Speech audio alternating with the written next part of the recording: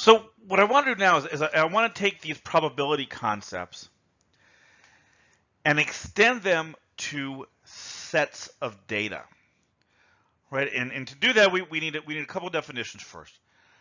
A random variable is a variable whose outcomes are numeric values, so it's quantitative, and they are determined entirely by chance.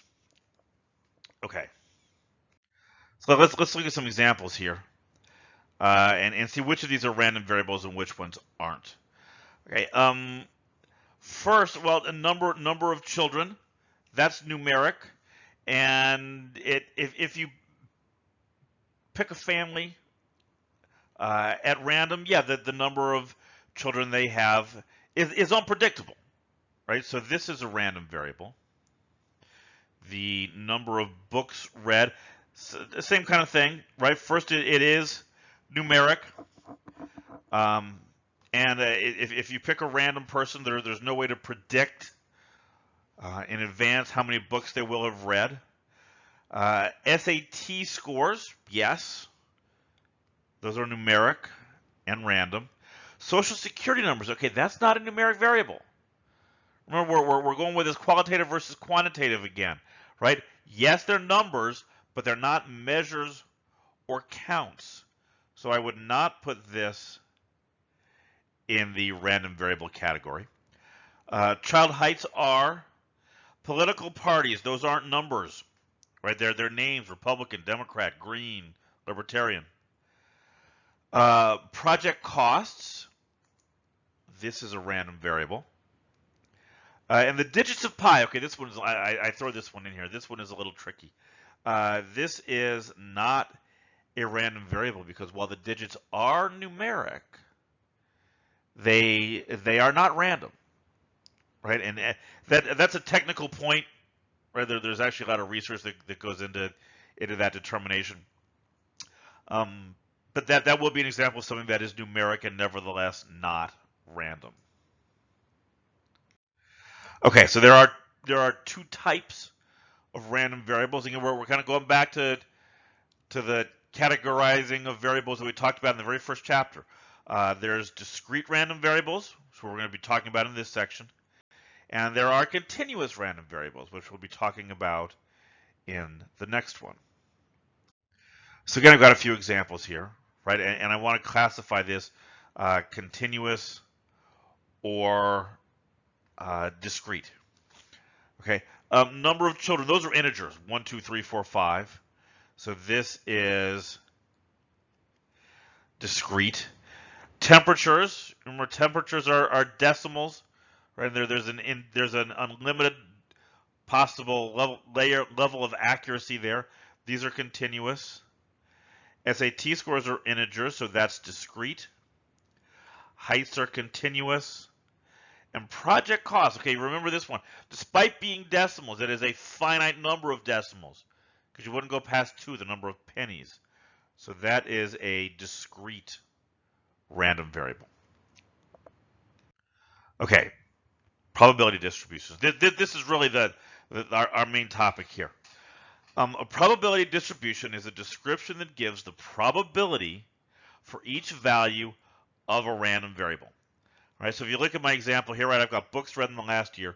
What this is saying is that the probability of randomly selecting someone who read 0 books in the last year is 0.27. Probability of randomly selecting someone who read 1 book is 0.31, right? And so on. So what this is doing is this is summarizing all of the probabilities for a given set of possible results. And hopefully this looks a little bit familiar because this looks like a relative frequency distribution. That's not a coincidence. That is exactly what this is. Right? This is just a relative frequency distribution for the data that we collected. Now there are a few rules here, right? That something has to meet to qualify as a probability distribution. We're going to look at a bunch of examples here. First, the distribution has to be based on a numeric random variable, and it has to associate each of the possible values with a probability. And our standard probability rules have to be met. First, the sum of the probabilities has to be 1. It has to cover all of the possibilities. And second, the numbers in that P of X column, they have to actually be probabilities. They have to be between 0 and 1. So let's look at some examples. All right, I have the number of live births per capita and the probabilities. Is this a probability distribution? This fails on item number 1. I realize that there are numbers over there on the left side, right? But there aren't individual numbers. You have to have numbers, not ranges of numbers, right? So this is not a probability distribution because requirement number 1 failed. Okay, how about this one? Yeah, you can pause if you like. See if you can work through all of those requirements. See if all of them pass. Number 1 is good, right? There are individual numbers, and they are numbers. They're measurements. They're quantitative. What is the sum of the probabilities? Well, let's see if I add these up. 1 and 8 is 9. 1 is 10, and 10 is 6. Okay, I'm in trouble already. I don't know what comes up here, but this isn't working. It isn't coming out to 1 because it's got 0.06 at the end. Right, so this is not a probability distribution because requirement number 2 failed. Right, and finally, how about this one? Let's see. Customer survey responses. Those are numbers, right? They're measurements.